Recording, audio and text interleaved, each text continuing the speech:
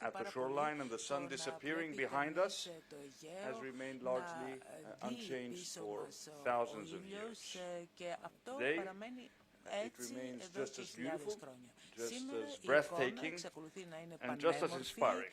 COVID-19 has not altered the stunning beauty of this unique scenery. In Santorini, but also across Greece, we are preparing for a summer unlike others we have faced in our modern history. COVID-19 has forced us to change our way of life, how we do things, how we work, how we greet each other, even how we deliver on our reputation for the ultimate holiday experience. All this has changed. We are, what it seems, getting used to what we call a new normal. It has not, however, and will not change us forever, because a Greek summer, as many of you know, is far more than the shimmering sea and the stunning sunset. It is a state of mind, as our recent campaign states. A feeling of happiness, of freedom, of tranquility, of calmness, and nothing can ever take that away. Τίποτα δεν μπορεί να μας αφαιρέσει αυτά τα συναισθήματα. Αυτά λοιπόν τα συναισθήματα θεωρώ ότι σήμερα είναι περισσότερο αναγκαία από ποτέ. Είναι απαραίτητο να τα βιώσουμε περισσότερο αυτά τα συναισθήματα. I am so proud to be standing here tonight, knowing that Greece is very much open for business. Tourism, as you know, is incredibly important for the Greek economy. That we are able to have a tourist season at all this year is down to the resolve, the belief, and the very hard work and commitment of the Greek population. A commitment first to defeat the virus, and now to re-emerge with a renewed sense of confidence and vigor. I have no doubt that such resolve, such belief, and such hard work will ensure that this unique Greek summer will be something very special for all our guests, all our visitors in the weeks and months ahead. And this is just the beginning. In 2021, 2022, we will, I hope, build on what we have begun this summer. And the success that we have had in handling the COVID crisis has, I think, renewed our determination as a country to begin a new chapter in our history. A new chapter that embraces positive change and lasting reform, that drives new technology, cutting-edge innovation, and that delivers world-leading, sustainable tourism underpinned by a Green Deal with the protection of the environment at its core. It's a new chapter that demonstrates that Greece has a central role to play at the heart of the European continent. For now, though, Greek tourism is back. We are about to lift most remaining flight restrictions. We are opening up to visitors, but we are doing it with your safety as our utmost priority. Today, my message to you is very simple. Come to Greece. Tell your friends, your readers, your listeners, and your viewers that we are open and that they're welcome. On Monday, flights will now land both in Athens and in Thessaloniki. And in just a few weeks, as of July 1st, you will be able to arrive from abroad to nearly all our regional airports, including, of course, also Santorini. We continue to take very seriously our responsibility for your health and safety.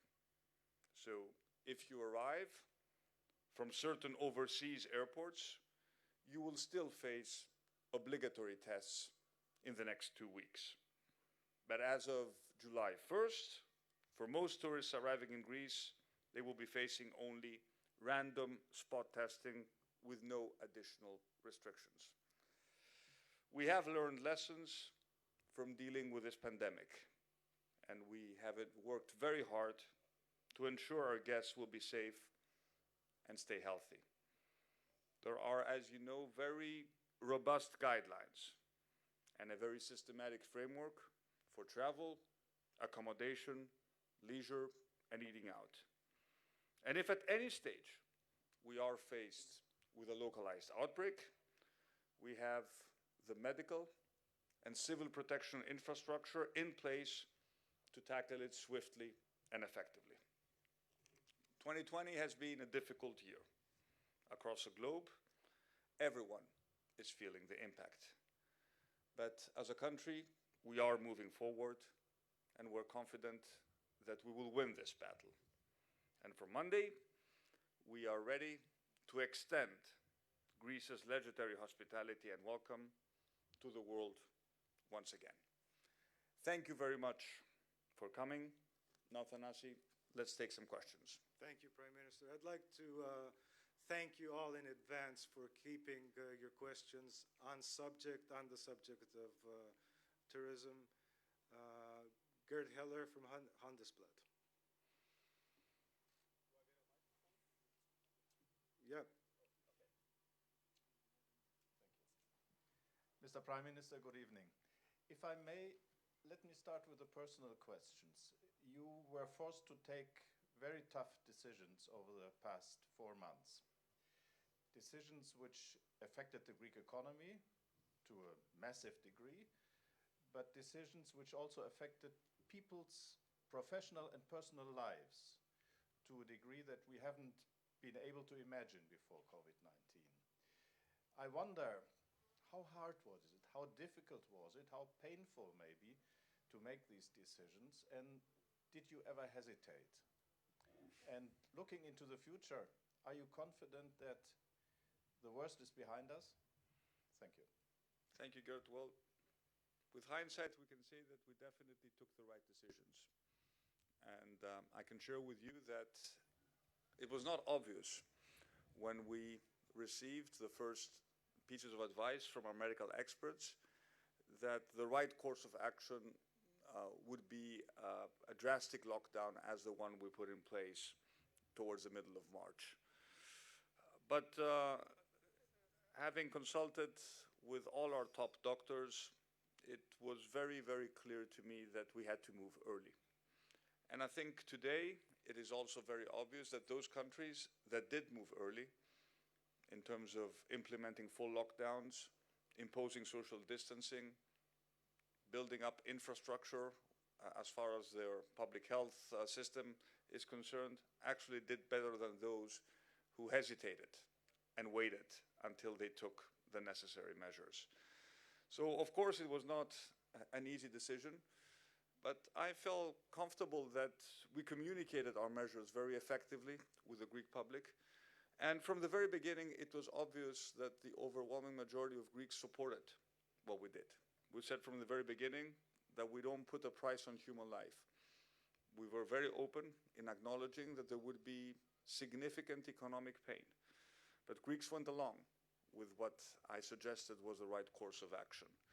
And in all polls that we did, it was clear that our policies received overwhelming support. And that's why also they were successful. We would not have succeeded had it not been for the support that we got from the Greek people.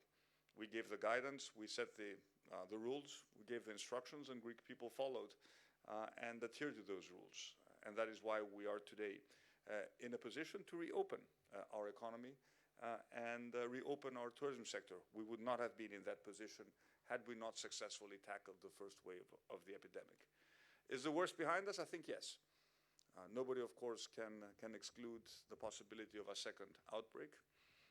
Nobody can exclude the possibility of localized outbreaks even during the summer. But we have one factor that is working to our advantage, and that is our weather, the fact that we are basically outdoors during the summer. And we know that transmission rates during the summer are significantly lower. So I do hope that the worst is behind us, and should there be a second wave of the pandemic in the fall or in the winter, we will be better prepared with better social distancing rules, hopefully with more drugs available, but also with the ability to tackle whatever outbreak on a localized and not on a national level. From the Associated Press, Ileana Meyer-Levin. Mic is coming.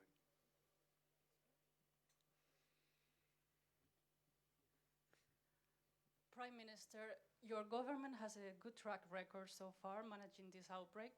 Are you afraid you might be risking it all by reopening all the airports, considering this virus has spread throughout the world by plane? Well, first of all, we are opening in a managed, in a staged approach. What we have done so far, and we will continue doing until this coming Monday, is to test everyone who flies into the only airport that is, as of today, open for international travel, and that is Athens. Between June 15th and June 30th, we will open a second airport, Thessaloniki, and we will essentially split arrivals into two categories based on the epidemiological profile of the airports of origin. Some travelers will be tested as they have been so far, so everyone on flights will be tested, and they will be notified should they test positive. The rest will be only tested randomly. And as of July 1st, we will be opening up all our airports to flights from the EU and the Schengen Plus zone. And again, we will also adhere to the European list to determine the patterns of travel from countries that are outside the European Union and the Schengen zone. We have enough data today, because we test essentially everyone who flies into Greece, to feel comfortable about opening up to the world. Just to give you an indicative number, over the past 4 days, we did almost 4,000 tests. People flying into Athens, we only had 2 positives, both asymptomatic. If we continue on that track, and we hope we will continue on that track, because progress is also made not just in Greece, but also in other European countries, we feel comfortable that we would not be risking it all by opening up.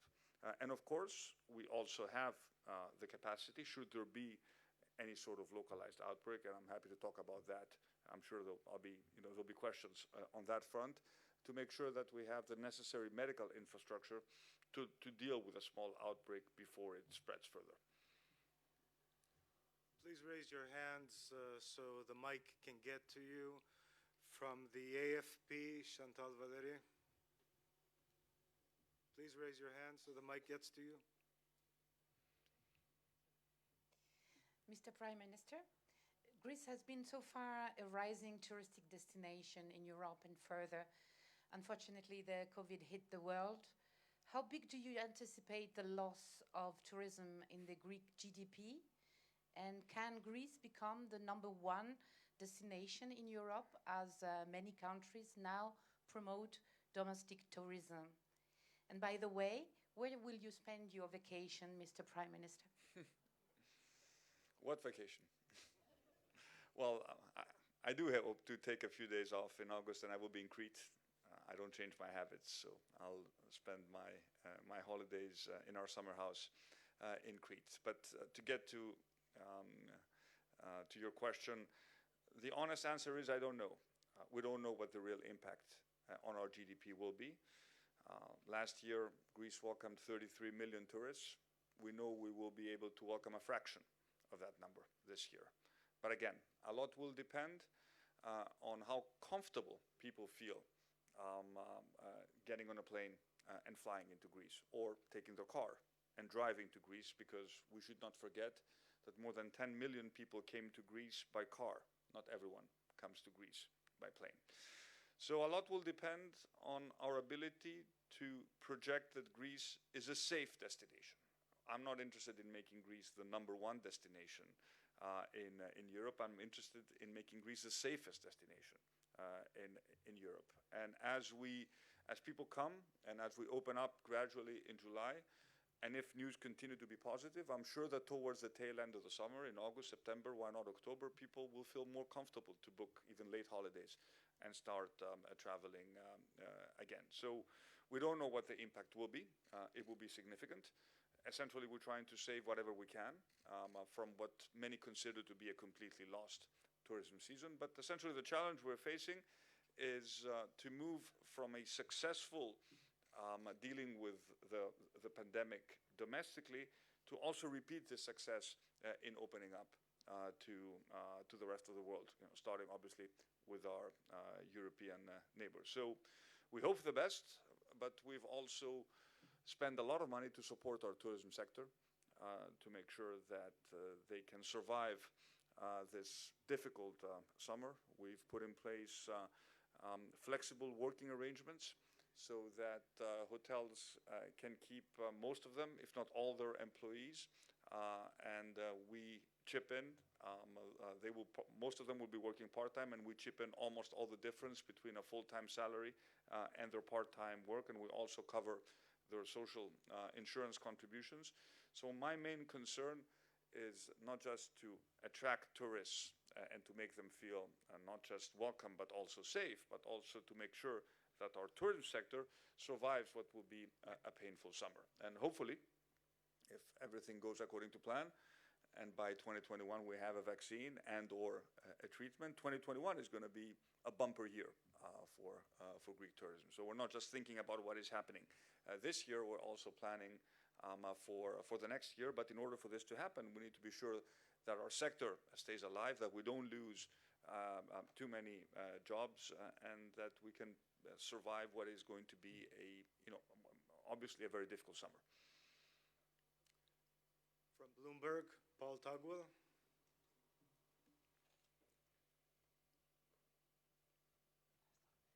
Good evening, Mr. Prime Minister, and thank you for the opportunity this evening to see what's happening behind you. Greece is open for business. It's ready to welcome tourists, and safely. So perhaps the issue now is not only do people want to come, but are they able to come? Is your government in communication or talks with airlines to see if they can open up routes to Greece again more quickly, or even with airlines that in the past have never come? Well, of course, we're talking to the airline industry, we're talking to the tour operators, and I can tell you there is significant demand for travel to Greece. And I think it's sort of natural because we did a good job in dealing with the pandemic, and people want to come to a country where they feel that they will be safe. So we have offered our domestic airline sector a support package. I would say rather modest support package, given what's happening in other countries and the sort of support airlines have been receiving. And we feel comfortable that Greek airlines will be able to operate at whatever capacity is actually necessary. But I think this is going to be driven by demand. If demand is there, the flights will come. I have no doubt about that, and this is the indication we have both from airlines and from the big tour operators, especially from our main markets, Germany being the largest one. There is interest already. Packages are being booked, flights are being scheduled. So I'm not too concerned about airline capacity. If there is demand, the planes will be there to fly people to Greece. John Saropoulos from Al Jazeera, please.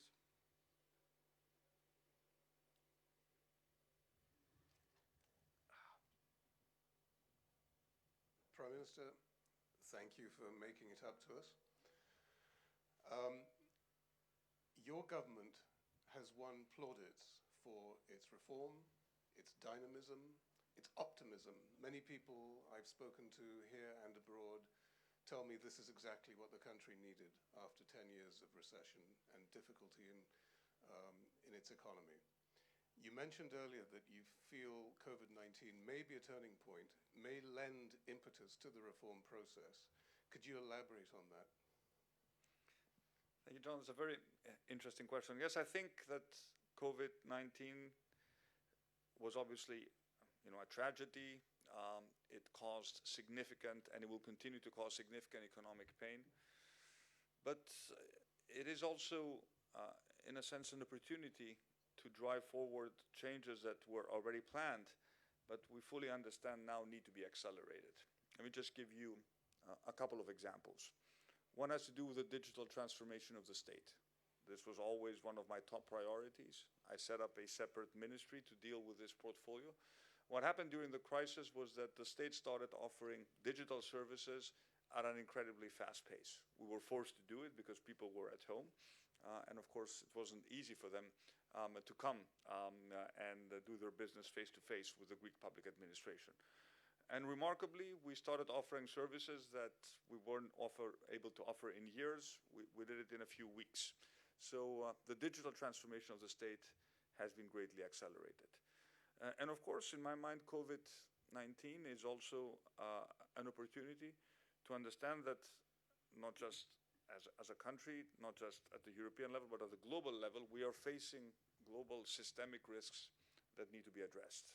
And I'm primarily referring to climate change and the need to protect our unique natural environment. And this is particularly important in Greece because we are trying, and we will try even harder, to move our tourism towards that direction.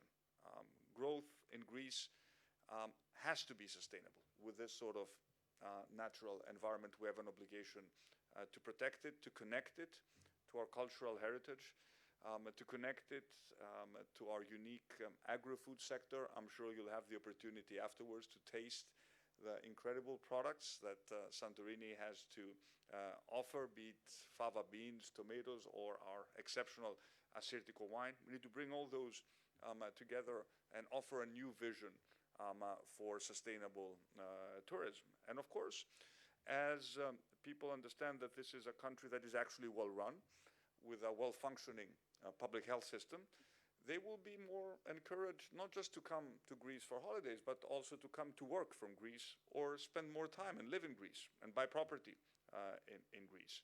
So the whole silver economy is offering tremendous opportunities for sort of a rebranded Greece, and this is also something we do plan to exploit. So we were elected a year ago with an aggressive reform agenda.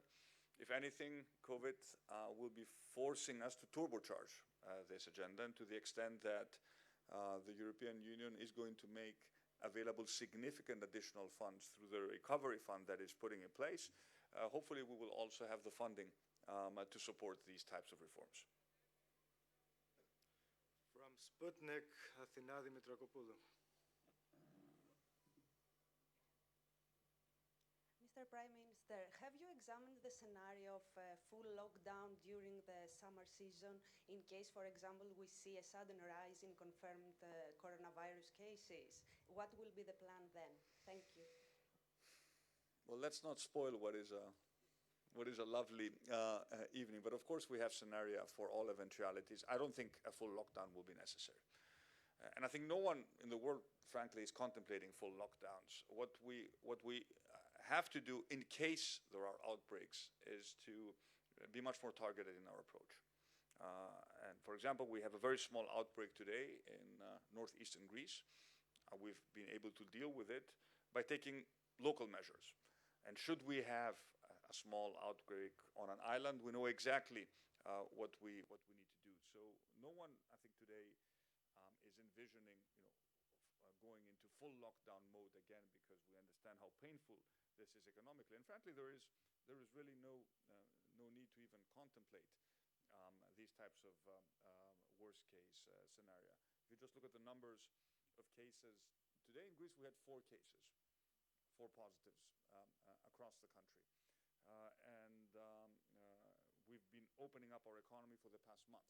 So we haven't seen a spike in new cases since we opened up the economy. But of course, a lot will also depend on people making sure that they behave properly. What we've told people is that you can come to Greece, you'll have a fantastic experience. You can sit on a veranda with this wonderful view, have your nice Assyrtiko wine, enjoy the beach. But we don't want you crowded in a beach bar, one on top of the other. There are a few things that we won't allow this summer, but the core of the Greek experience remains very much intact. And if people continue to pay attention, again, as I told you, almost everyone is outdoors. We have very strict protocols for our hotels. As you can see, as you've noticed, everyone in the hospitality sector is forced to wear masks, and we will be very strict in terms of imposing these measures. There's no reason to believe that we will be faced with this type of scenario. Valentini Anagnostopoulou from Xinhua News Agency.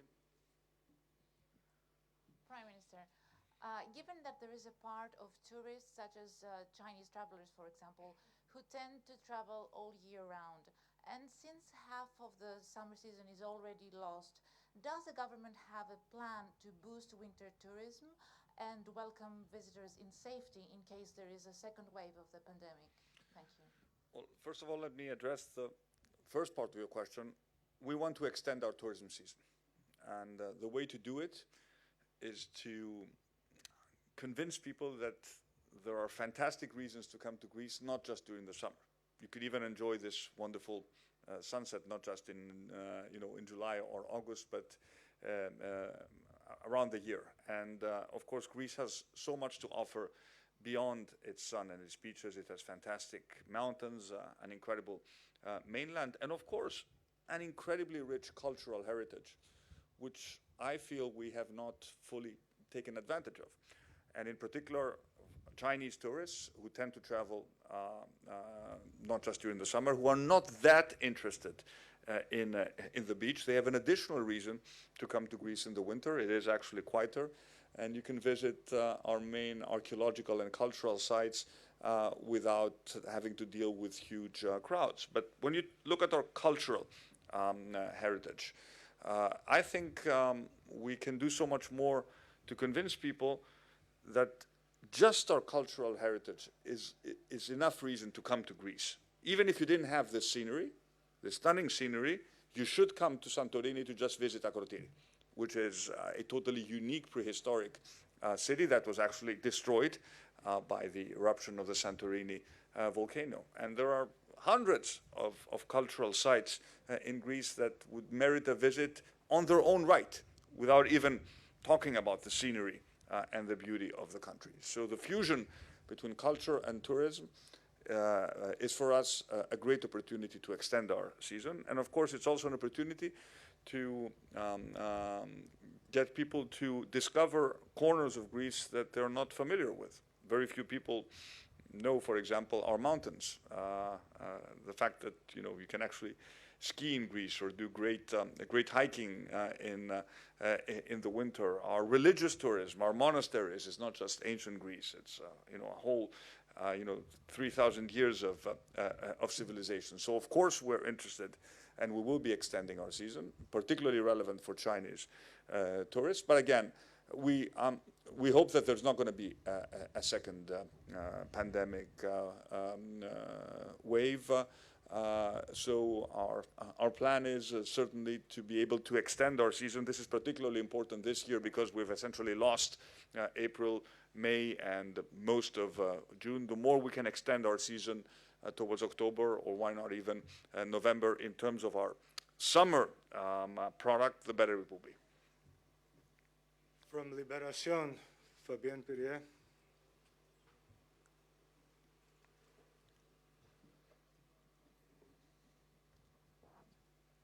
Mr. Prime Minister, in Greece, tourism represents around 25% of the GDP.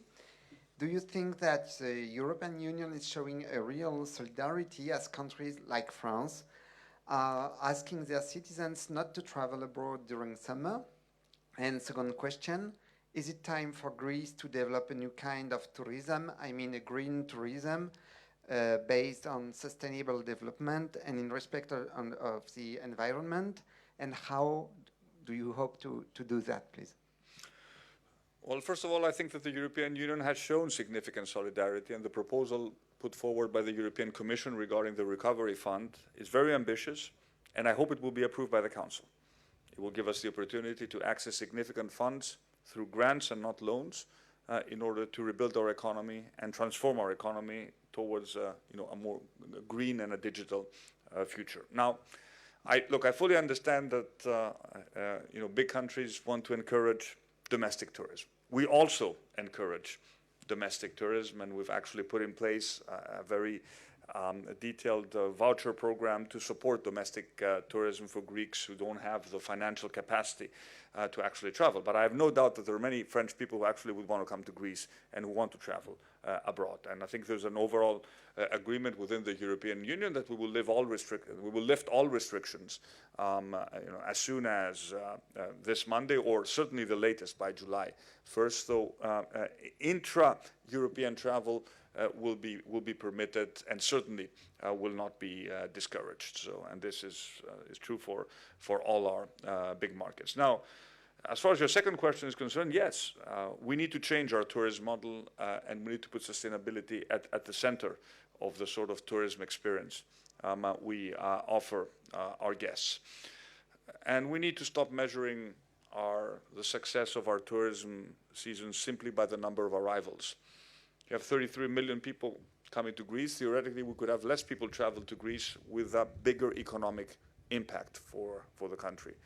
You could have a single tourist who stays in a very, very expensive villa in Santorini, consumes the same resources, the same water, the same energy as a tourist who comes on a relatively very cheap package. And of course, we will continue to cater to mass tourism. But when we look at the sort of investments we want to attract in the future, they have to focus on quality and they have to focus on sustainability. And we will be very, very adamant in offering these types of incentives to people who actually want to invest in Greece, to move them, to push them up market, but also give the possibility to our existing tourism infrastructure, in particular our hotels, to retrofit, to become more eco-friendly. And I'm sure that we will use part of the recovery fund to encourage exactly these types of investments. How do you take an old building that was built in the 60s or 70s and make it more energy efficient? These are the sorts of investments that we need. And of course, we're pushing very hard with new zoning across the country to make sure that everyone knows where we can build, what they can build, how they can build. And for us, this is really a strategic choice, and we don't intend to deviate from it. And if you look at Greece and the way it has protected its environment, I think overall we've done reasonably well. There hasn't been the sort of massive overbuilding on our coast you see in other European countries. Our seas are extremely clean. The natural environment is still very well protected. This is not a country that has focused on heavy industry, so we don't have a lot of industrial pollution. So now the task is, how do we move from where we are today towards a more sustainable future? But for us, as I told you, sustainability in its broadest possible sense is a one-way street, and we intend to make Greece a leader in terms of sustainable tourism. The sun has set, Prime Minister, but maybe two more questions. Yeah, sure. Liana Spiropoulou from Bild.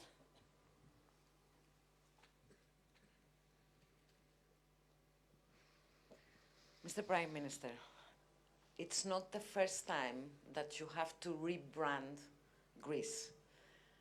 Now that Greece earned the trust of the world, what fears you the most regarding tourism? Well, we are dealing with a dangerous virus. It's still here. It hasn't disappeared. And of course, one can imagine, as we discussed previously, what a worst-case scenario will look like. But we feel we are taking an extremely calculated risk. But there is no risk-free approach. One needs to be very, very clear. The one risk-free approach is that we lock ourselves in and we don't do anything. That is not sustainable. That's not an option. So we are doing the best that we possibly can. If, for example, you look at our medical infrastructure, I would encourage you, if you have some time, go visit the hospital in Santorini to look at the quality of the medical infrastructure on the islands. We have the ability now, even small islands have received small PCR test kits where we can do small numbers of tests on the islands. We have a very elaborate system where in case we identify COVID positive cases, we will move them very quickly to our main hospitals on the mainland. So we've done the best possible that we can to make sure that people are as safe as possible. But again, there is no risk-free approach in life, but I feel very comfortable having spent many, many hours with our team, Ministry of Health, Ministry of Tourism, Ministry of Civil Protection, that we have a plan in place that will make opening up Greece to tourists safe as it can possibly be. But of course, let me repeat, it's not just up to us. Even people who come to Greece need to be aware that there are basic rules that they have to adhere to. Again, as I told you, you'll get 99% or 95% of what the typical Greek experience is. You may actually get an even better experience because you won't be getting all the crowds. Obviously, if you come to Greece, you just walk in Santorini today. I don't think we'll ever see Santorini on June 13th look like this. Hopefully, we won't be able to experience something similar, but we feel very comfortable with our approach. The final question for tonight from Politico, Nectaria Stamouli. Mr. Prime Minister, the Greeks have shown a great patience all these months, and the country had a great performance. So can you reassure the Greeks that after the big opening on Monday, they can still feel safe? I can give them maximum possible guarantees, but as I told you, and I will repeat it as many times as necessary, this is not just up to me. It's up to everyone. The reason why we were successful was because Greeks listened to the experts and did the right thing. And we need to continue to do the right thing even now as we open up. And very much focused, as I told you, on health and safety procedures within our hospitality sector. We will be very, very strict when it comes to the basic parameters and guidelines that we've put in place for our hospitality sector, because we need to protect ourselves, protect our guests, and protect people who actually work in the sector. I can guarantee that we will continue to work extremely hard, always listen to the experts, always follow evidence-based policy advice, and I think we've demonstrated that the state can actually operate at a very high level.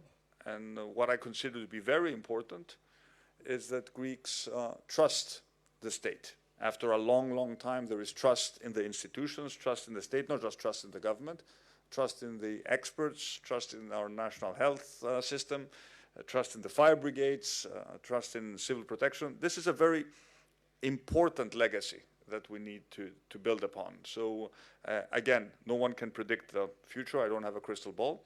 But what I can tell you is that we've done the best possible job in preparing ourselves for opening up our tourism sector as of this coming Monday. Thank you, Prime Minister. Thank you all for being here tonight. Thank you. Thank you.